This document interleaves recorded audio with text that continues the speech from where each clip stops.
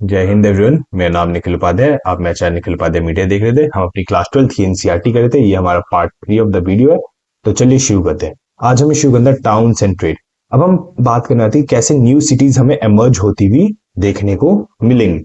Late us trace our step back to the urban centres that emerge in the several part of the subcontinent from the 6th century BC.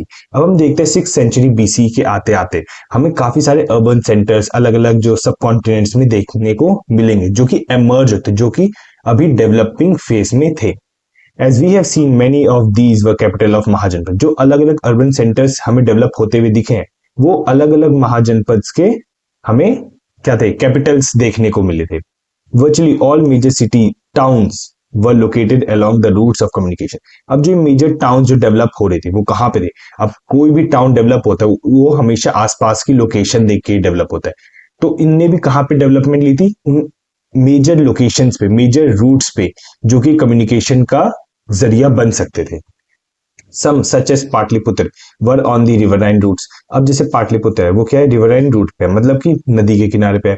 Other such S Ujjain were along the land route. अब उज्जैन कहाँ पे, जहाँ पे land की connectivity अच्छी खासी है वहां पे। Yet other such as Puhar were near the coast. अब एक तीसरा जो टाउन डेवलप हुआ पुहार था जो कि कहाँ, कोस्ट के पास था। From where sea routes begin. अब कोस्ट के पास होता है सी रूट्स का आपको अच्छा खासा एक्सेस मिल जाता है यहाँ पे, तो यही चीज बता रखी है। Many cities like Mathura were bustling centres of commercial cultural and political activity. आज भी आप देखोगे मथुरा जो है ना is known for its commercial culture and political activities. तो उस टाइम पे भी मथुरा की उतनी इंपॉर्टेंस थी। Urban population, elites and crowds person. अब हम बात करें कैसे अर्बन पॉपुलेशन का, यहाँ पे हम उसके बारे में पढ़ेंगे कि क्या क्या चीजें मिलती थी यहाँ पे, किस टाइप के लोग रहा करते थे। तो ये चीजें हम इस वाले टॉपिक में कवर अप करेंगे। We have seen that the kings and ruling elites lived in the fortified city। हमने ये पढ़ा था कि जो किंग है, ये रूलिंग एलिट्स है, वो एक फोर्टिफाइड सिटीज में रहते थे। याद हो अगर मैंने आपको चैप्टर 1 कराया था उसमें हमने ये बताया था, एक था कि हमारा क्या कहते हैं, अपर अपर टाउन, ठीक है, और एक था हमारा लोअर टाउन, ठीक है, जिसे जिसे हम सिटाडेल भी कहते हैं। और मैंने सिटाडेल की खासियत क्या बताई थी कि वो क्या है, फोर्टिफाइड है। और यहाँ पे हमें एक्सपेंसिव चीजें भी मिली है। जब एक्सपेंसिव चीजें मिलती हम ये मान लेते हैं कि यहाँ पे कौन राजा वगैरह रहा करे होंगे, क्योंकि आज अगर आप देखो किसी भी किले के आसपास घेराबंदी होती है क्योंकि वहां पे कोई बड़ा आदमी रहा करता है। आज भी देख लो, अगर आप राजा भी छोड़ो, अगर आप पीएम ले लो, सीएम ले लो, मिनिस्टर्स ले लो, कोई से भी, तो उनके भी आपको घर के आसपास सिक्योरिटी गार्ड्स मिलेंगे, थोड़ा बहुत वॉल बाउंड्रीज देखने को मिलेंगी। तो हम ये मानते हैं कोई बड़ा आदमी यहाँ पे रहता है, कोई एक रिच आदमी या फिर कोई एलिट आदमी यहाँ पे रहता है। तो उसी टाइप का हमें यहाँ पे देखने को मिला था। Although it is difficult to conduct extensive excavation at most sites because people live in these areas even today। अब हम ये देखते हैं कि जो हमारा पूरा ये पीरियड चल रहा है इस टाइम पे अगर हमें और कुछ इनकी साइट्स को एक्सकवेट करें, इनकी साइट्स को और खोदना है, डिग आउट करना है कि इस टाइम पे और क्या राजा छोड़ के गए, क्या नहीं छोड़ के गए, तो ये हमारे लिए बहुत मुश्किल है। क्यों ये हमारे लिए डिफिकल्ट क्यों है? क्योंकि इस टाइम पे, मतलब आज के टाइम पे इन जगहों पे लोग रहने लग गए। अगर आप देखो मथुरा, पटना, उज्जैन, पुहार, इन सब जगह पे क्या है, यहाँ पे लोग हमें रहते हुए देखने को मिलेंगे। अब आप ये थोड़ी कहोगे सर आप अपना घर छोड़ के निकल जाओ, हम क्या करेंगे यहाँ पे खोदेंगे, क्योंकि हमें देखना है कि यहाँ पे आपसे पहले 2000 साल पहले कौन रहता था। कौन घर छोड़ के जाएगा? कोई फायदा होगा? नहीं होगा ना। तो यही चीज मुश्किलें खड़ी कर दी थी कभी भी हम हिस्ट्री को जब कनेक्ट करने की कोशिश करते हैं। A wide range of artifacts have been recovered from them। अब हम देखते हैं जिन जिन जगह पे हमें एक्सकवेशन करने को मिला वहां पे हम क्या देखते हैं, आर्टिफैक्ट्स देखने को मिलते हैं बहुत सारे। दीज इंक्लूड्स, और उनके अंदर क्या क्या है, पॉटरी बाउल्स एंड डिशेस, ठीक है, प्लेट, चम्मच, ये सब देखने को मिला। विथ ग्लूमी फिनिश, एक बढ़िया सा फिनिश, लाइक कहते हैं एक फिनिश गुड था, रफ गुड नहीं था, ठीक है, मतलब टूटा फूटा नहीं था, एक अच्छा खासा हमें फिनिश गुड देखने को मिलता है। Known as northern black polished ware. अब ये जो बाउल था जो कि एक फिनिश गुड्स के कैटेगरी में था, इसे हमने क्या नाम दिया है, नॉर्दर्न ब्लैक पॉलिश्ड वेयर। अब देखो इसको मैं आपको इमेज दिखाता हूँ नॉर्दर्न ब्लैक। अगर आप ये देख रहे हो, ये आपको इमेज देखने को मिली है, कुछ ब्लैक कलर का है, पूरा पूरा एकदम फिनिश गुड है, पूरा चिकना किया हुआ है, अच्छे से इसे पेंट वगैरह कर रखा है, ठीक है। तो इस टाइप की हमें चीजें देखने को मिलती है इस टाइम पीरियड के दौरान पे। अगर आप देखो ये इनके आर्टिफैक्ट्स है, टूटे हुए पीसेस, ये आपको उनके टूटे हुए पीसेस देखने को मिल जाएंगे। तो इन्हें हमने क्या किया, क्या क्लासिफाई किया, northern black polish ware NBPW भी कहते हैं इसे, ठीक है, क्या कहते हैं, NBPW, probably use by rich people and, अब ये जो चीज है एनबीपीडब्ल्यू है, ये कौन यूज करता होगा, अमीर लोग यूज करते होंगे। And ornaments, tools, weapons, vessels, ये क्या लिख दिया मैंने, एक मिनट जरा बता दो, फिगराइन, अच्छा ठीक है, figurine made a wide range of material. अब हम यहाँ पे देखते हैं सिर्फ एक नॉर्दर्न ब्लैक पॉलिश वेयर नहीं देखने को मिलता, हमें यहाँ पे गहने, टूल्स, वेपन्स, वेसल्स, फिगराइंस, ये सब चीजें है ना देखने को मिलती है। अब ये बनते किस चीज से थे, ये बनते थे गोल्ड से, सिल्वर से, कॉपर से, bronze, ivory, glass, shells, terracotta, इन सारी चीजों से मिलके क्या बनते हैं, ये सारे के सारे मटेरियल हमें बनते हुए देखने को मिलते थे। आगे चलते हैं। अगर आप देखो मैप ना बहुत इंपॉर्टेंट है, मैप कभी भी आ सकता है कि जैसे ये तक्षशिला हो गया, ठीक है, यहाँ पे हमें कुशान जो हमें देखने को मिलते, कुशान का पूरा कुछ इस टाइप का टेरिटरी थी, शकाज यहाँ पे रहते थे कुछ, तो ये जो चीजें है कि कुशान कहाँ रहते हैं, शकाज कहाँ है, मथुरा कहाँ है, कन्नौज, सरस्वती, वाराणसी, कसुम, वैशाली, पाटलिपुत्र, राजगृह, ये सारे के सारे इंपॉर्टेंट सेंटर्स है, तो ये सारे के सारे आप याद कर लेना क्योंकि पेपर में पूछ लिया जाएगा। By the 2nd century BCE, we find short votive inscription in a number of cities. अब हम देखते हैं कि जब तक 2nd सेंचुरी बीसीई है, 2nd सेंचुरी बीसीई आते आते हम क्या देखते हैं, शॉर्ट वोटिव्स मिलते हैं। वोटिव्स क्या होते हैं, वोटिव्स वो इंस्क्रिप्शन होते हैं जिनके ऊपर हमें ये पता चलता है किसने किन्हें गिफ्ट दिया या रिलीजियस इंस्टीट्यूशन को किसने गिफ्ट दिया। मान लो एक किंग है, ठीक है, उसने एक हिंदू टेम्पल को कुछ एक गिफ्ट्स प्रोवाइड किए, ठीक है, लैंड वगैरह, उस टाइम पे लैंड्स होते, तो इसे एक इंस्क्रिप्शन में लिखा, ठीक है, इस इंस्क्रिप्शन में लिखा कि इस राजा ने इस टेम्पल को ये गिफ्ट दिया था। तो ये क्या एक शॉर्ट, ये क्या इंस्क्रिप्शन हुआ। अब इस इंस्क्रिप्शन को हम कैसे क्लासिफाई करेंगे, क्योंकि इसके अंदर इस गिफ्ट्स का लेना देना लिखा हुआ है, तो इसे हम कहेंगे ये वोटिव इंस्क्रिप्शन है। ये बात समझ में आई, तो हमें short वोटिव inscription in a number of cities, अलग अलग जगह पे हमें इस टाइप के इंस्क्रिप्शन देखने को मिले थे। These mention the name of the donor and sometimes specify his और हर ऑक्यूपेशन एज वेल। अब इस इंस्क्रिप्शन के अंदर मिला गया था उस जो डोनर का नाम, किस राजा या किस अमीर आदमी ने गिफ्ट दिया है और वो क्या करता है, उसका ऑक्यूपेशन क्या है, ये हमें इस इंस्क्रिप्शन में देखने को मिला था। They tell us about the people who lived in town. अब उस टाउन के अंदर कौन कौन लोग रहते हैं ये भी इस इंस्क्रिप्शन में बता रखा है, जैसे कि washing folk, weavers, scribers, carpenter, potters, goldsmith, blacksmith, officials, regional teachers, merchants, king, ये सारे के सारे लोग इस जगह पे इस टाइम पे रहते थे, तो इसका भी मेंशन इस वोटिव इंस्क्रिप्शन में किया गया है। Sometimes guilds or sharing organizations of crowds producers and merchants and men are mentioned as well. अब हम ये देखते हैं कि इस टाइम पे जो गिल्ड्स हुआ करते थे, गिल्ड्स कौन है, अगर आपको याद हो हमने क्लास 11th में किया था कि ग्रुप ऑफ ऑर्गेनाइजेशन जो मार्केट को कंट्रोल करते थे, उनके भी यहाँ पे हमें देखने को मिले कि उनके बारे में भी यहाँ पे बता रखा है, ठीक है। Merchants are mentioned as well.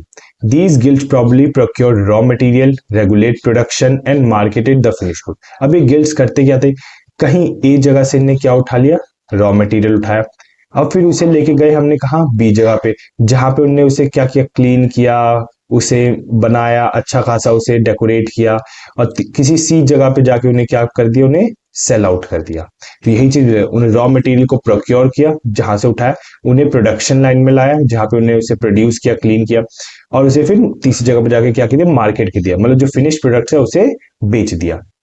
लकड़ी आई, फैक्ट्री में गई, पेपर बना, ठीक है, पेपर बनने के बाद फिर उसे बुक या नोटबुक में बना के सेव कर दिया, ठीक है, नोटबुक या उसमें बुक में कन्वर्ट करके उसे सेल आउट कर दिया। ये चीज बात आपको समझ आई, इस टाइम पे ये चीज भी हुआ करती थी। It is likely that craftsperson used a range of iron tools to meet the growing demands of the urban elites. अब जो urban elites, जो अमीर लोग थे, वो क्या करते, अब उन्हें क्या है ना कि अगर आप देखोगे उस टाइम में ना लोगों को हर चीज अलग अलग चाहिए थी। अरे उसके पास तो ये मूर्ति है, ये मुझे कुछ अलग मूर्ति चाहिए, ठीक है, उसके पास ये टेबल है, ये मुझे कुछ अलग फैंसी टेबल चाहिए जो मुझे उससे ऊपर बनाए।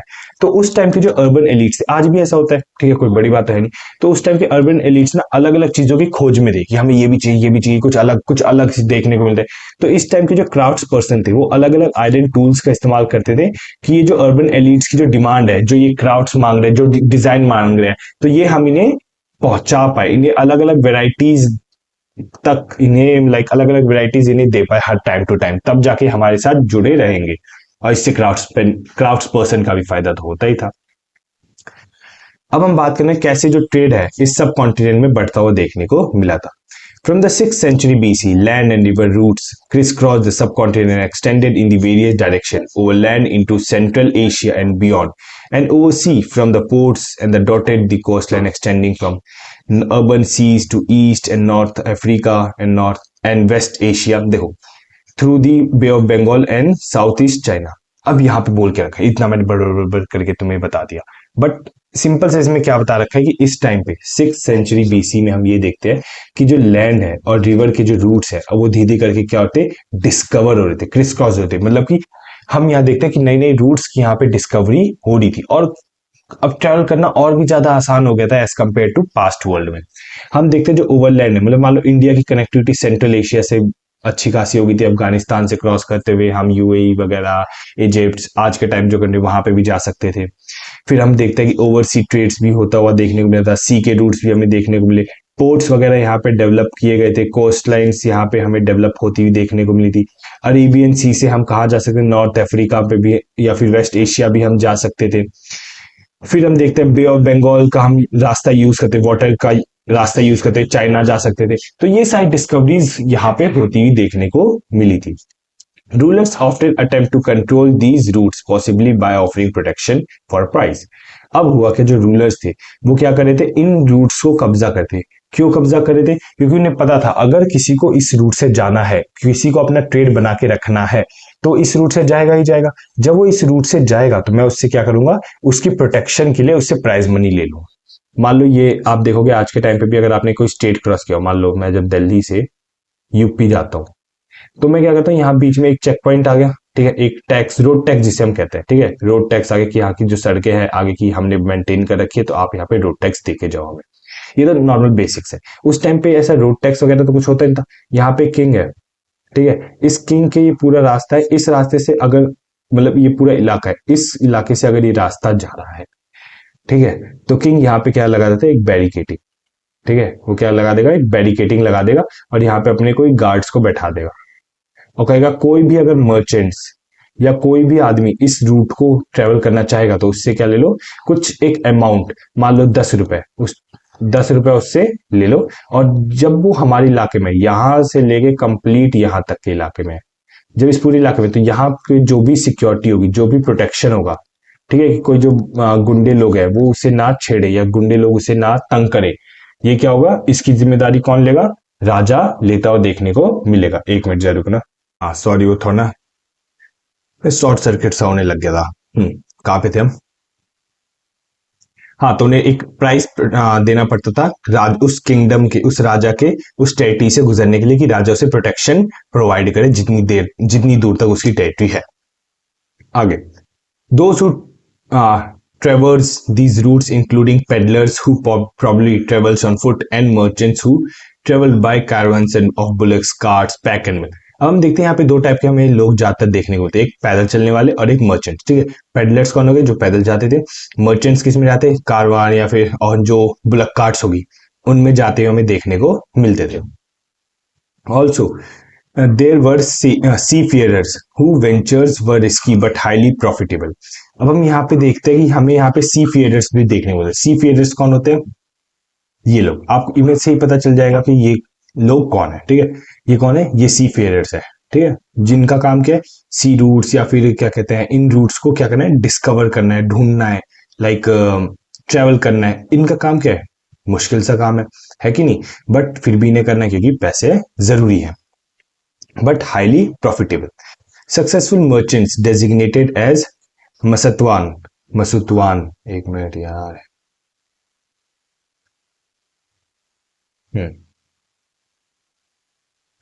मसतवान, ठीक है, इन तमिल सेठीज एंड संथवास इन प्राकृत। अब जो यहाँ पे मर्चेंट्स होते, सक्सेसफुल मर्चेंट, जो अच्छा खासा बड़े रिच प्रॉस्पर हो रखे थे, उन्हें हम दो नामों से जाना जाता है। पहला क्या है, मसतवान, कहाँ पे, तमिल जगह में जाना जाता है। सेठीज या फिर सत्तवाज, इन प्राकृत लैंग्वेज में इन्हें कहा जाता था।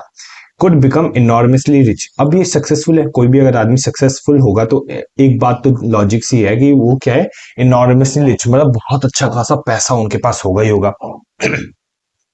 अ wide range of goods were carried from one place to another. अब हम देखते हैं कि यहाँ पे हमें काफी सारे गुड्स जो है वो ट्रेवल करते मिलेंगे, मतलब गुड्स एक जगह से दूसरी जगह पे इंपोर्ट और एक्सपोर्ट यहाँ पे देखने को मिलेगा। अब वो गुड्स के कौन कौन से गुड्स थे, सॉल्ट हो गया, ग्रेन हो गया, क्लोथ्स, मेटल ओर्स हो गए, फिनिश्ड प्रोडक्ट्स हो गए, stone, timber, medicine plants, to name a few. Spices भी हमें देखने को, specially pepper, were in high demands in Roman empire as were in textile medicine plants, and these were all transport across the Arabian sea to the Mediterranean sea. अब क्या होता है ना, हम ये देखेंगे ये जो चीजें मैंने अभी आपको ऊपर बताई, ये एक जगह से दूसरी जगह जाती हुई देखने को मिलती थी, क्योंकि इनकी डिमांड्स हाई थी। कहाँ पे, रोमन एम्पायर में। अगर आपने क्लास 11 में क्या पढ़ा था, रोमन एम्पायर पढ़ा था। रोमन एम्पायर में साथियंस और ईरानियंस, ये सब जो ग्रुप थे, उनमें डिमांड थी किसकी, इंडियन स्पाइसेस की, टिम की, वुड की, पेपर की, मेडिसिन की। तो यहां से वो एक्सपोर्ट होके कहाँ जाते थे, रोमन एम्पायर में जाया करते थे, मेडिटेरियन सी, अरेबियन सी को क्रॉस करने के बाद। मेडिटेरियन सी क्या कहता है, हार्ट ऑफ रोमन एम्पायर। ठीक है, ये बात समझी। अब पता है क्या है यार, जब ना ऐसे पढ़ा था ना तो एक कॉन्टिन्यूस फ्लो आ रहा था, अब जैसी कुछ चीज हो जाती है ना बीच में तो एक फ्लो टूट जाता है पढ़ाने का। चलिए आगे चलते हैं। अब हम बात कर रहे हैं कॉइन्स की और किंग्स की। To some extent exchanges were facilitated by the introduction of coins. अब हम देखते हैं कि कुछ हद तक हम ये देखेंगे कि अगर हमें किसी चीज के बारे में जानना था, किसी एरिया के बारे में जानना था, या फिर हमें ट्रेड को और बढ़ावा देना था, तो कॉइन्स एक बहुत इंपॉर्टेंट रोल प्ले करते हैं। कॉइन्स हमें किंग्स के बारे में, उसकी टेरिटरी के बारे में बताते हैं, और कॉइन्स एक ट्रांसफर ऑफ मीडियम, मतलब कि आज भी अगर आप दुकान पर जाकर 10 रुपए देते हो, आपने एक डेयरी मिल्क खरीदी और खा लिया, है कि नहीं, तो आपने क्या किया, एक रुपए दिए और उनसे कमोडिटी खरीदी आपने। वैसे हम इस टाइम पे देखेंगे कि अब बार्टर सिस्टम तो हर जगह नहीं हो सकता था ना, तो इस वजह से क्या हुआ कि कॉइन का यहाँ पे हमें डिस्कवरी भी देखने को मिलती है एबंडेंस में। Punch marked coins made of silver and copper were among the earliest to be minted and used. अब हम देखते हैं यहाँ पे पंच मार्क्ड कॉइन्स हमें देखने को मिलते हैं। पंच मार्क्ड कॉइन कैसे होगा, जैसे आप ये कॉइन देखो, ठीक है, इस कॉइन में क्या है, यहाँ पे आपको कुछ एनग्रेव्ड देखने को मिला है, कुछ यहाँ पे एनग्रेव्ड देखने को मिला है, ये चीज, तो इसे हम पंच मार्क्ड कॉइन्स कहेंगे। हमें कब 6th सेंचुरी बीसी के बाद में हमें ये चीजें देखने को मिलती हैं। These have been recovered from excavation at the number of sites through the subcontinent। अब ये जो कॉइन्स है हमें अलग अलग जगह से हमने इन्हें एक्सकवेट किया है पूरे सबकॉन्टिनेंट में। एक ही जगह पे तो मिल नहीं सकती, अलग अलग जगह पे मिलेंगी क्योंकि ट्रेड हो रहा था। Numismatics have studied these and other coins to reconstruct possible commercial networks। अब जो न्यूमिस्मैटिक्स कौन होता है, न्यूमिस्मैटिक्स वो लोग होते हैं जो कॉइन्स के बारे में पढ़ते हैं। उनने ये पढ़ा, उनने इस कॉइन्स के बारे में ये स्टडीज किया कि ये जो कॉइन्स है ना, ये किसी एक जो नेटवर्क, जो कमर्शियल नेटवर्क है, मतलब जो ट्रेड है, उसे डेसिफर करने में मदद करेंगे। मान लो कि जगह ए है, ये जगह बी है। अब इस बी के पास ना कुछ, थोड़ा ऊपर करता, बी के पास कोई सामान है, उसका नाम क्या लिखते हैं, पी क्यू रख देते हैं। ठीक है, ये बॉक्स है जिसका नाम पी क्यू है। अब ए को अगर ये पी क्यू चाहिए होगा तो उसके पास जो कॉइन है, उस कॉइन पे मान लो ऐसे साइन बना हुआ है। अब ये कॉइन क्या करेगा, ए कहेगा सर आप ये कॉइन लो, हमें ये कमोडिटी हमें दे दो। तो अब जो ये कॉइन है, ये अगर हमें बी की टेरिटरी में मिला तो हम ये मान लेंगे, और जो बी का जो सामान है वो हमें ए की टेरिटरी में मिला, मतलब कि ए के पास अब क्या आ गया है, ए के पास अब पी क्यू आ गया। ठीक है, और बी के पास क्या आ गया, ये कॉइन आ गया है। तो हम ये मानेंगे कि यहाँ पे ट्रेड हुआ करता था, क्योंकि कुछ जगह पे हमें जो पी क्यू के आइटम्स है वो हमें ए प्लेस में मिले, और मोस्ट अबंडेंस तो बी प्लेस में मिलेंगे ही मिलेंगे, क्योंकि बी ही उसका ओरिजिन हुआ था। ये बात समझना कि मतलब पैसा दो सामान लो, ये वाला सिस्टम था। आगे, attempts made to identify the symbols on punch mark coins with specific ruling dynasties including Maurya suggest that these were issued by kings। जब हम इन सिक्कों को पढ़ते हैं, इन सिंबल्स को पढ़ते हैं, तो हमें ना उनकी रूलिंग डायनेस्टीज के बारे में पता चलता है कि इस टाइम पे राजा कौन था और क्या मतलब उसका माइंडसेट हुआ करता था। जैसे एग्जाम्पल के लिए हमने मौर्य एम्पायर के हमने जो सिक्कों को पढ़ा, तो उनमें क्या बताया जाता है कि ये किस राजा ने इशू किया था। It is also likely that merchants, banker and town people issued some of these coins। अब सिर्फ जो हक था ये कॉइन्स को मिंट करने का, कॉइन्स को बनाने का, सिर्फ राजा के पास नहीं था। वहां पे हम देखते हैं जो बड़े बड़े मर्चेंट्स थे, बैंकर्स थे, ठीक है, उनके पास भी हक था कि इन कॉइन्स को वो बना सकते हैं। द फर्स्ट कॉइन, देखो इंपॉर्टेंट है, the first coin to bear the name and the image of rulers were issued by Indo Greeks. जो इंडो ग्रीक्स थे उनने सबसे पहले क्या किया, उन सिक्कों पे क्या बनाए, नाम और इमेज छपवाई थी। Who establish control over the north western part of the sub continent. अब उन्हें क्या कहते हैं, ये इंडिया है, ठीक है, ये गुजरात का हिस्सा, तो इस हिस्से पे उन्होंने कब्जा किया हुआ था। किसने, इंडो ग्रीक्स ने कब्जा किया था, और वो पहले लोग थे जिनने उस सिक्कों पे अपने नाम और इमेज को प्रिंट करवाया था, एनग्रेव्ड करवाया था। The Kushans, however, issued the largest hoards of gold coin, first gold coins for century, first century BC। अब हम ये देखते हैं सी तक, हम ये देखते हैं कि एक तो सबसे पहले जो कॉइन था जिसमें नेम और इमेज देखने को मिले, वो किसने लाया, इंडो ग्रीक ने लाया। बट कुशान वो किंगडम था जहां पे हमें क्या देखने को मिले, अबंडेंस, मतलब बहुत सारे गोल्ड कॉइन जो थे वो कुशान के टाइम पे हमें देखने को मिले थे। These were virtually identified in weight with those by contemporary Roman Empire emperor and the Parthian rulers of Iran and have been found from several sites in North India and Central Asia। अब हम देखते हैं जो कुशान के जो gold coins थे उनके identical wait था, मतलब कि उनका वेट और जो रोमन एम्पायर का जो कॉइन्स का वेट था वो सेम था। मान लो रोमन एम्पायर कॉइन्स का वेट 10 ग्राम था, तो जो कुशान थे उनके भी कॉइन्स का वेट कितना था, 10 ग्राम ही था। हमें ये चीज देखने को मिलती है।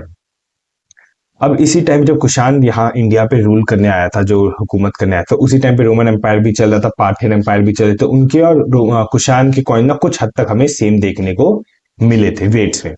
And have been found from several sides of the north. और ये जो सिक्के थे कुशान के, ये हमें अलग अलग जगह पे देखने को मिलते, नॉर्थ इंडिया में, सेंट्रल एशिया में भी देखने को मिले थे। The widespread use of gold coin indicate the enormous value of the transaction that were taking place। अब आप देखोगे आज के टाइम पे हम सोने का तो इस्तेमाल नहीं करते ना किसी चीज को देने और लेने में। आप ये भी कहोगे सर उस टाइम तो पेपर भी नहीं हुआ करता था, बात आपकी भी सही है।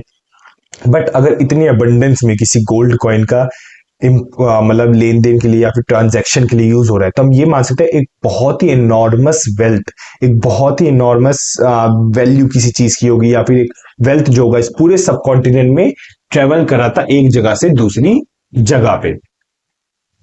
Besides, hordes of Roman coins have been found from the archaeological sites in South India। अब हम ये देखते हैं कि जो रोमन कॉइन्स थे होर्ड्स में मिले, मतलब बहुत ज्यादा अबंडेंस में मिले, कहाँ पे, साउथ इंडिया के आर्कियोलॉजिकल साइट्स में भी देखने को मिले हैं।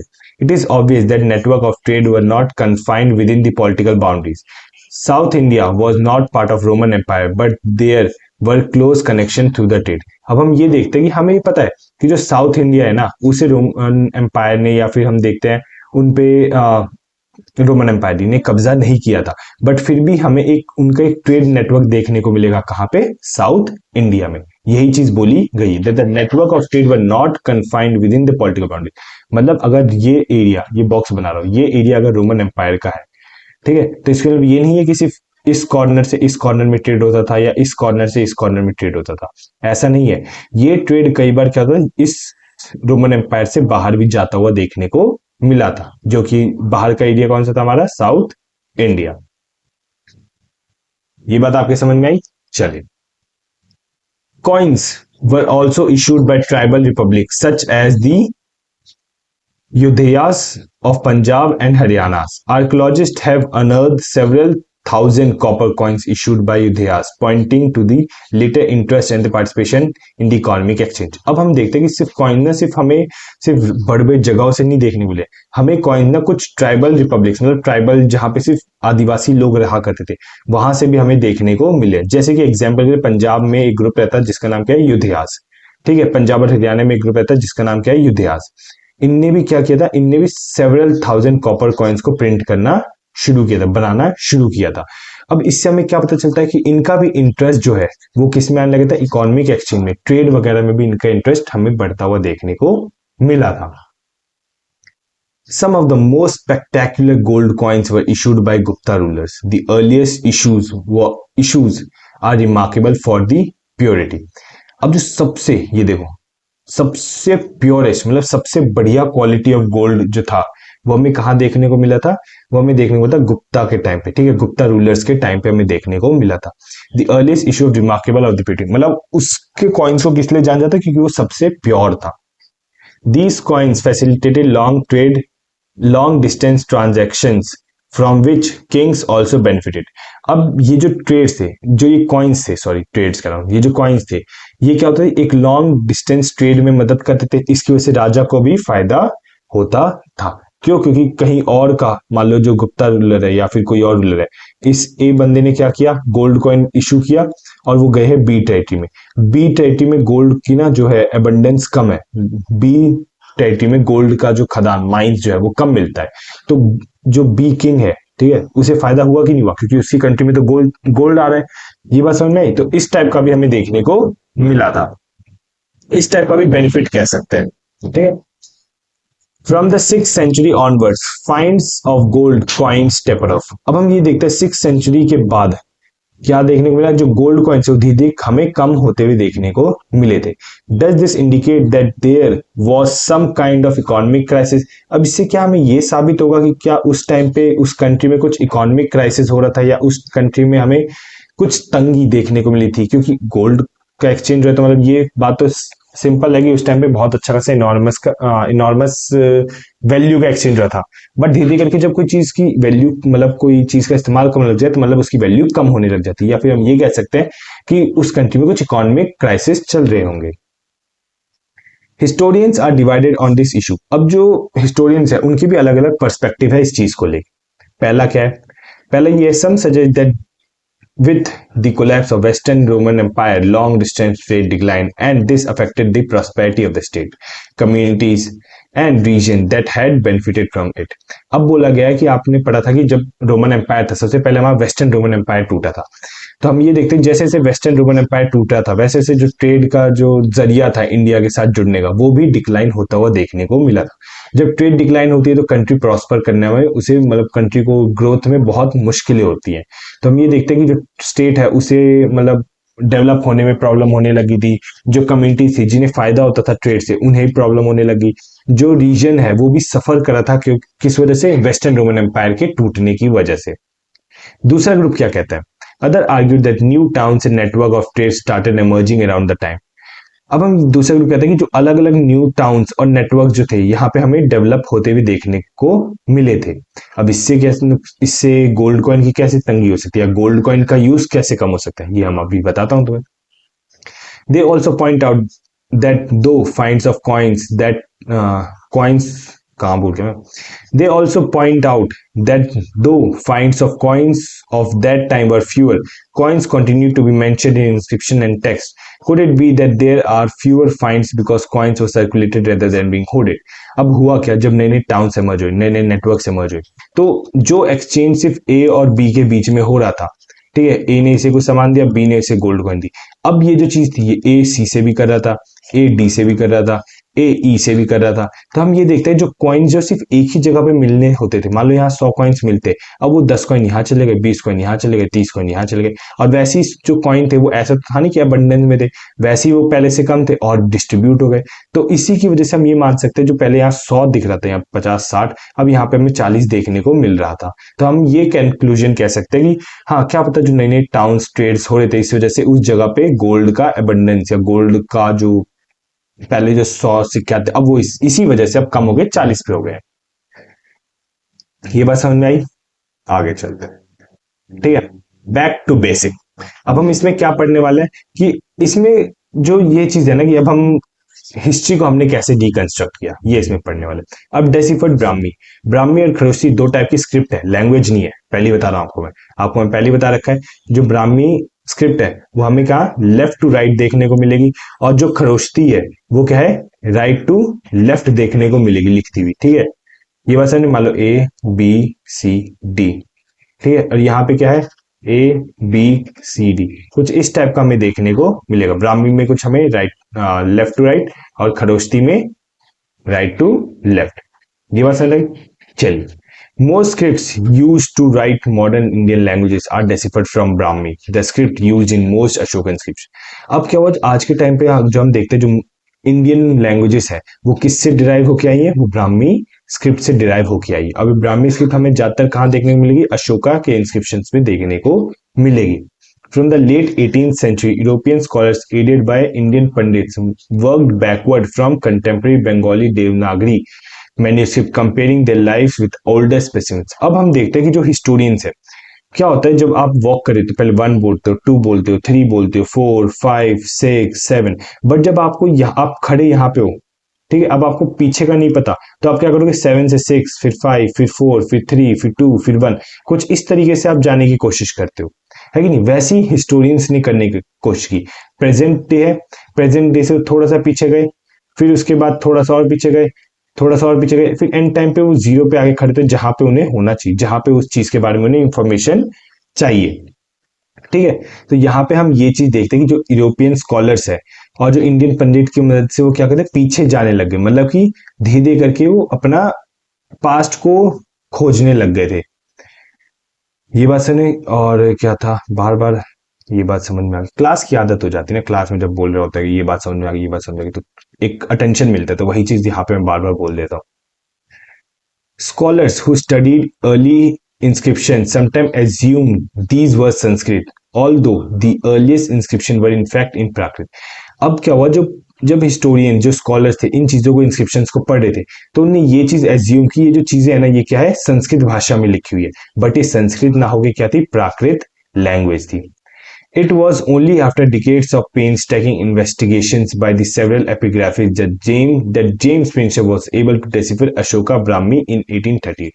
अब हुआ क्या कि काफी मेहनत की, काफी दर्द उठाया, काफी इधर उधर भागा दौड़े की, उसके बाद हमने देखा जो जेम्स प्रिंसेप है, उसने इस अशोक ब्राह्मी लैंग्वेज को डिसिफर किया 1838 में, तब जागो के लोगों को समझ आया कि इस इंस्क्रिप्शन में लिखा क्या था। ठीक है, 1 2 3, अरे ये तो आज ही खत्म हो जाएगा, इसी वाली वीडियो में खत्म हो जाएगा। चलो, हाउ खरोष्टी वॉज एट, अब हमने पढ़ लिया ब्राह्मी की कैसी खोज हुई थी, अब पढ़ना है कि खरोष्टी की कैसे खोज गई। The story of decipherment of Kharoshthi, the script use in inscription in the north west in different is different. अब जो खरोष्टी है, ठीक है, उसे किस हिसाब से डेसिफर किया गया था नॉर्थ वेस्टर्न इलाके में, ये अलग है as compare to Brahmi. Here finds of coins of Indian Greek kings who ruled over the area have facilitated matters। अब यहाँ पे क्या हुआ ना कि जो इंडो ग्रीक्स ने जो कॉइन्स इशू किए थे, इन कॉइन्स की बदौलत हमें पता चला कि यहाँ पे क्या चीज चल रही है, क्या चीज नहीं चल रही है। These coin contain the names of king written in Greek and Kharosthi script। अब इन सिक्कों पे क्या था, इन सिक्कों पे हमें नाम मिले थे, किसके, वहां के राजास के, ठीक है, इस टाइम के राजा के, जो कि ग्रीक लैंग्वेज में और खरोष्टी स्क्रिप्ट में देखने को मिला था, मतलब खरोष्टी इधर से राइट टू लेफ्ट देखने को हमें मिली थी। European scholars who could read the former compared the letters. अब जो यूरोपियन स्कॉलर थे जो इन चीजों को पढ़ सकते थे, जो इन चीजों को डेसिफर करने में जिनने महारत हासिल कर रखी थी, उनने क्या किया, जो वर्ड्स थे, जो लेटर्स थे, उन्हें कंपेयर करना शुरू कर दिया।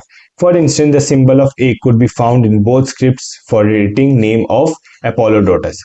अब अगर मुझे किसी को नाम लिखना है अपोलोडोटस, ठीक है, ऑब्वियस सी बात है, अगर मैं किसी और, मान लो लैंग्वेज ए है, ये लैंग्वेज बी है, अब ये जो लैंग्वेज ए है इसमें ना अपोलोडोटस एज इट इज लिखा हुआ है, अपोलोडोटस, और हम ए स्क्रिप्ट को अच्छे से पढ़ सकते हैं, और बी स्क्रिप्ट में भी अपोलोडोटस ही लिखा हुआ है, मान लो ऐसे लिखा हुआ है ए, ठीक है, और क्या लिख सकते हैं, पी ऐसे लिख लिया, पी ऐसे लिख लिया, ओ बॉक्स बना दिया, एल को ऐसे बना दिया, ओ को ऐसे बना दिया, तो हम ये मानते हैं कि ये जो चीज है, ये जो ऐसे ई सा बन रहा है, ये हमारा क्या है, ये ए है हमारा। ये बात समझ में आई आपको? तो इस तरीके से हमने क्या किया, दो स्क्रिप्ट को कंपेयर किया जिसमें सेम चीज लिखी हो, और फिर हमने पता लगाया कि ये जो ए वर्ड है किसे डिनोट करता है, बी वर्ड किसे डिनोट करता है। यहाँ पे देखो, जैसे आप ये क है, इसे डिनोट करता है, च इसे डिनोट करता है, ढ इसे डिनोट करता है, तो ये बात समझ में आई आपको? With Prinsep identifying the language of Kharosthi inscription as Prakrit, it became possible to read longer inscription। अब यहाँ पे कौन है, प्रिंसेप बाबा है, उनने क्या किया, खरोष्टी लैंग्वेज, खरोष्टी इंस्क्रिप्शन को क्या कर दिया, डेसिफर किया, और उन्होंने कहा जो खरोष्टी इंस्क्रिप्शन है ये प्राकृत लैंग्वेज में लिखी गई है। अब इसकी वजह से क्या हो, जो लंबे लंबे जो इंस्क्रिप्शन थे वो भी लोग अब पढ़ सकते थे। हिस्टोरिकल एविडेंस फ्रॉम इंस्क्रिप्शन, अब हमें इंस्क्रिप्शन से क्या पता चल रहा है, ठीक है, ये तो हमने पढ़ लिया किस टाइप के ब्राह्मी और खरोष्टी इंस्क्रिप्शन थे। अब हमें इंस्क्रिप्शन से पता क्या चल रहा है, ठीक है, ये अब हम पढ़ने वाले हैं। 1 मिनट, अब बैठे बैठे ना स्ट्रेच होने लग जाता है। हाँ, to find out how epigraphist epigraphist and historians work, let us look at the two Ashoka inscription more clearly. अब हम देखने वाले कैसे हिस्टोरियंस या फिर जो पुराने टाइम पे जो टेक्स्ट वगैरह ये सब जो हिस्ट्री को खोजते हैं, ये कैसे वर्क करते हैं, हम अशोका के इंस्क्रिप्शन का एग्जांपल लेने वाले। पहला क्या है, एक सोर्स टेंस है। सोर्स टेंस क्या है, ये वाला है, ठीक है। इसमें किंग के बारे में बता रखा था, तो यही चीज हम पढ़ने वाले हैं। Note that the name of ruler Ashoka is not mention in the inscription, what is used instead of the titles adopted by the rulers, Devam Pia, often translated as beloved of God, Pia the sea, or pleasant of behold। अब अगर हम आप ये inscription पढ़ो, इसमें आप कहीं पे भी देखो, आपको कोई भी अशोका का नाम देखने को मिले, यहाँ यहाँ यहाँ यहाँ, मैं एक बार रेक्टिफाई मार लूं, ठीक है। इसमें हमें कहीं पे भी अशोका का नाम देखने को नहीं मिलेगा। तो इसमें ये बोल रखा है कि जो जो हम सोर्स टेन देखते हैं उसमें हमें कहीं पे भी अशोका का नाम नहीं देखने को मिलेगा, उसके बदले हमें उसके टाइटल्स देखने को मिलेंगे। टाइटल्स किस टाइप के होंगे, जैसे कि देवम पिया करके होगा, या फिर बिलवेड ऑफ गॉड होगा, या पिया द सी होगा, या फिर प्लेजेंट टू बिहोल्ड होगा। इस टाइप के हमें टाइटल्स इन सोर्सेज में देखने को मिलेंगे। The name of Ashoka is mentioned in some other inscription which also contain these titles। हमें ऐसा नहीं है कि हमें कुछ हर जगह पे किसी भी जगह पे अशोका का नाम नहीं देखने को मिला, हमें कुछ जगह पे अशोका का मेंशन देखने को मिला है, बट उनके साथ साथ उनके टाइटल भी देखने को मिले, जैसे पियादसी अशोका, इस टाइप का example. After examining all these inscriptions and finding that they matches in term of context, style, language, paleography, epigraphist have conducted that they were issued by same rulers। अब हुआ क्या, जो हम ये इंस्क्रिप्शंस देखते हैं किसी भी एक टाइम पीरियड के बीच में, इस टाइम पीरियड से इस टाइम, मतलब कि ये 100 से लेके 200 के बीच में, तो अगर हमें किसी भी इंस्क्रिप्शन को देखना होगा तो हम ये देखेंगे क्या, अगर मुझे इंस्क्रिप्शन ए मिला है, ये इंस्क्रिप्शन भी मिला है, सबसे पहले मैं चीज क्या चेक करूंगा कि क्या इन दोनों का जो इंस्क्रिप्शन के लिखने का स्टाइल है वो सेम है।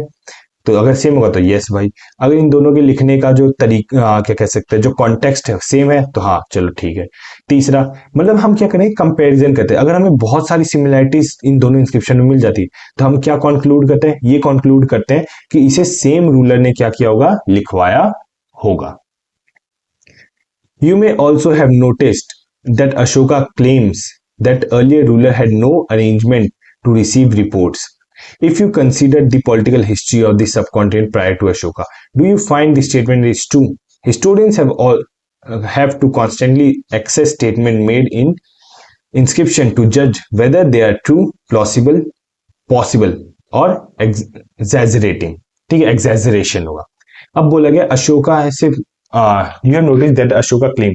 अब इसमें क्या है ना, अशोका क्लेम करता है कि मेरे टाइम से पहले कोई भी ऐसा राजा वगैरह नहीं रहा था जिसमें एक वो लोगों से इंटरेक्ट कर सके, मतलब कि वो लोगों की रिपोर्ट ले सके कि वो लोग सही से रह रहे हैं नहीं रह रहे हैं।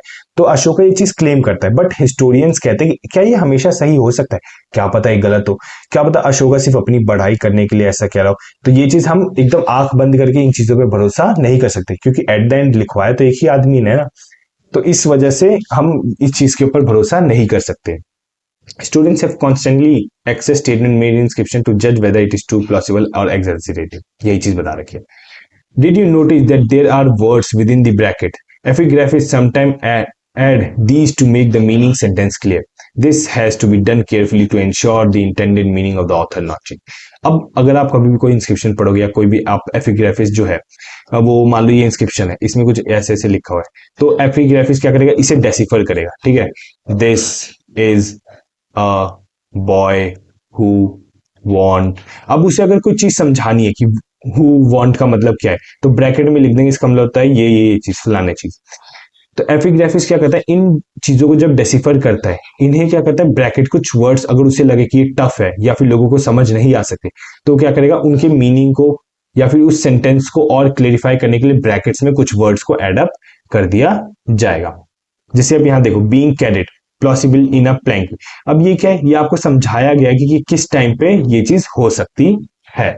अगर आप यहां देखो, note Ashoka is not mention in the inscription. कौन से इंस्क्रिप्शन, सोर्स 10 के इंस्क्रिप्शन में। तो यही चीज ऐसे बता रखी है, एपिग्राफिस्ट ये काम किया करते कि इंस्क्रिप्शन का मतलब लिख रहे हैं, उसके फिर अगर उसे इन्हें लगे कि कोई वर्ड हार्ड है तो ब्रैकेट में उसका मतलब भी लिख देते थे कि जो पढ़ने वाला जो बंदा है वो केयरफुली इसे पढ़ सके और वो जो चीज पढ़ रहा है उसका उसे सही मतलब पता चल जाए। ये चीज बता रखी है। Historians have to make other assessment as well. अब हिस्टोरियंस को और भी चीजें देखनी पड़ती है। If a king orders that orders were inscribed on natural rocks near cities or important routes of communication, would passerby have stopped to read these? अगर हम देखें जो किंग ने ऑर्डर कर दिया कि ये जो मेरा इंस्क्रिप्शन है ये कहाँ लगा दो, सिटीज के पास में लगा दो, ये इंपॉर्टेंट रूट्स के पास में लगा दो, तो हम ये देखते हैं क्या जो पासर बाय जो वहां से गुजरने वाले हैं क्या उन्हें पढ़ना आता होगा? Most people were probably not illiterate, या इस टाइम पे जो ज्यादातर लोग थे वो पढ़े लिखे तो थे नहीं। Did everybody thought the subcontinent under the Prakrit used in Patliputra, would the order of king have been followed? Answer to such questions are not allowed, not always easy to find. अब हम देखते देखो इस time पे लोगों को पढ़ना आता नहीं था, कुछ ही लोगों को पढ़ना आता था। अशोका ने या किसी भी राजा ने बड़े बड़े जो वो पिलर्स थे, रॉक्स थे, ये सब कहाँ लगा दिए? मेन सिटीज या टाउन्स में लगा दी। जब ऐसा हो रहा है तो हिस्टोरियंस के दिमाग में आता है यार इस टाइम के लोगों को पढ़ना तो आता था नहीं, जब राजा ने सारे रूल रेगुलेशन यहाँ लिख दिए तो कुछ क्राइटेरिया हो सकते कि लोग इन रूल्स को फॉलो ना करें। तो ये एक डिबेटेबल टॉपिक है, तो इस पे हम अभी कुछ कह नहीं सकते। Answer to such question are not always easy to find. ये बात समझ में आई? आगे चलते हैं।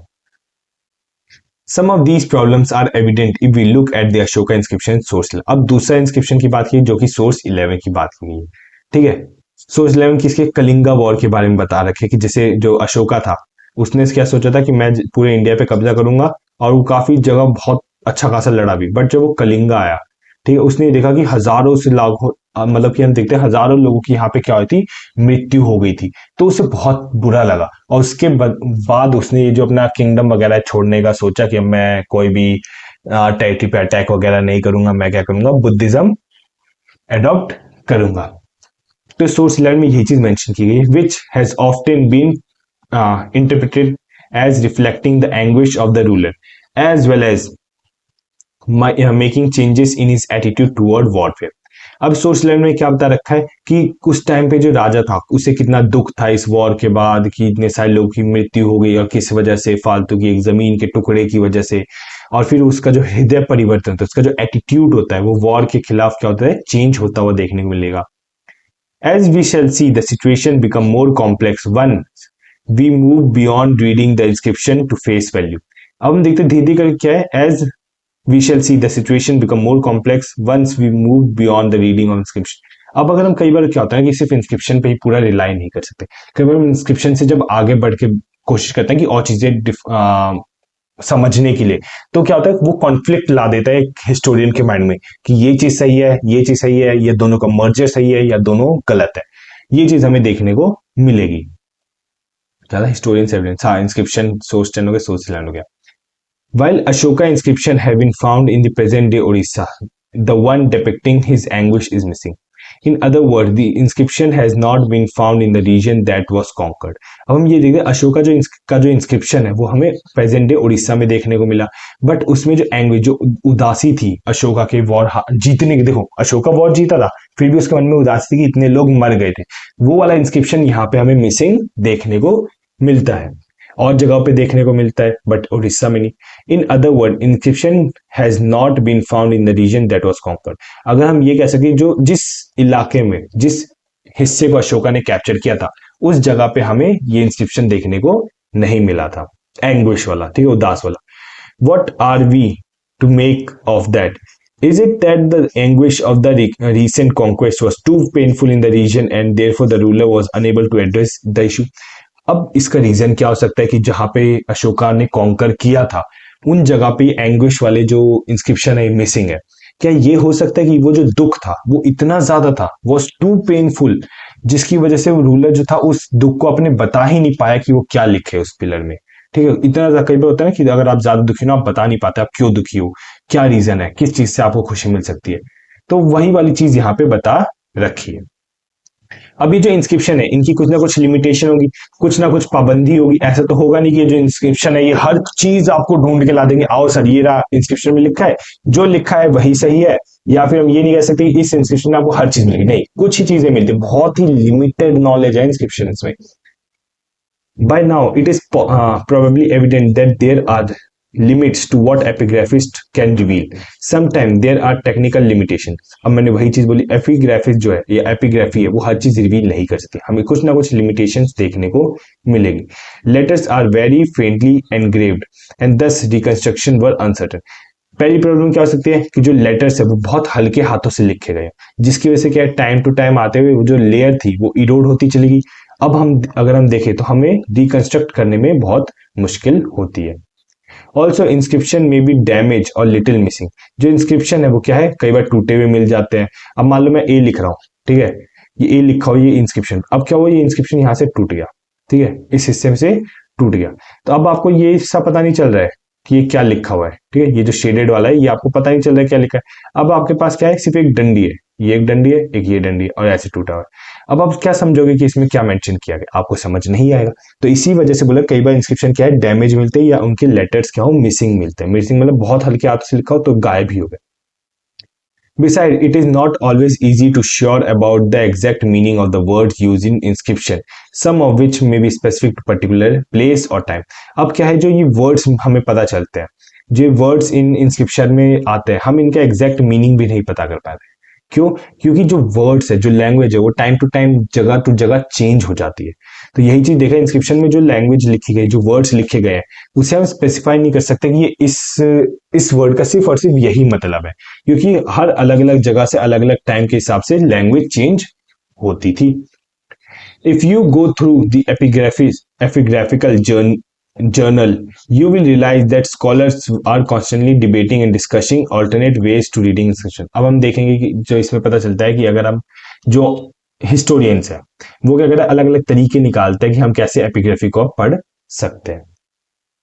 Although several thousand inscriptions have been discovered, not all have been deciphered, published and translated. हमें हजारों इंस्क्रिप्शन मिले हैं बट हर किसी को हम पढ़ नहीं पाए और हर किसी को भी पब्लिश या ट्रांसलेट नहीं कर पाए. Besides, many more inscription must have existed, which have not survived the ravage of time.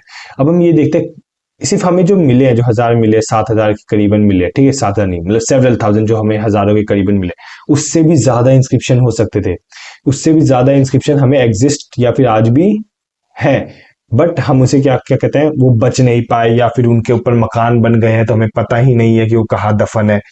तो ये चीज बोली गई है. So what is available at the present is probably only a fraction of what was inscribed. तो आज के time पे जो अवेलेबल है, आज के टाइम पे जो हमारे पास है, वो क्या है, बहुत ही कम, बहुत ही मिनिमम फ्रैक्शन है. मतलब कोई 100 इंस्क्रिप्शन है, उसका मान लो एक इंस्क्रिप्शन नहीं मिला, तो क्या है, बहुत ही मिनिमम फ्रैक्शन देखने को मिला था हमें इंस्क्रिप्शन का इस ड्यूरेशन पे. There is another perhaps more fundamental problems. Not everyone that we may consider political and economical significance was necessarily recorded in inscription. अब हम देखते हैं कि यहाँ पे जो inscriptions है, ठीक है, perhaps more fundamental problem not only, अब यहाँ पे जो inscription है इसमें हमें political या फिर economical जो significance है, importance है, वो हमें देखने को बहुत कम मिलते हैं. ये बात समझ में आई? There is another perhaps more fundamental problem. Not everything that we may consider political and economical significant was necessarily recorded in inscription. हाँ, चलो ठीक है. For instance, routine agriculture practices and the joys and the sorrow of daily existence find no mention in inscription, which focus more often than not on grand unique events. अब यहाँ पे ये चीज बोला गया है, जैसे अब हमारे लिए क्या जरूरी है, अब हमें ये जरूरी है कि क्या यहाँ पे एग्रीकल्चर प्रैक्टिसेस क्या होती थी, किस तरीके से लोग रहते, किस तरीके की खुशियां मनाते, किस तरीके का दुख मनाते, ये सारा का सारा इंस्क्रिप्शन में मेंशन नहीं है. Beside the context of inscription almost invariably project the perspective of the person who commissioned them. अब ये जो इंस्क्रिप्शन है वो क्या करता है, वो प्रोजेक्ट करता है किसे, उस आदमी के थॉट को, उस आदमी के पर्सपेक्टिव को, कि वो क्या सोचता है, क्या कहना चाहता है, और वही आदमी उन इंस्क्रिप्शन में वो चीज लिखवाता है. मतलब एक टाइप से आप ये कह सकते हो कि मैं हूं, मैंने कहा कि ये जो इंस्क्रिप्शन है ये तुम लिखो, बट बी कुछ भी लिखता है ना, अगर 5 पॉइंट लिखे तो वो आके मुझसे कंसल्ट करता है कि सर ये ठीक है, ये लिख दूं, ये छाप दूं अपनी किताब में. मैं कहता हूँ हाँ छाप दो.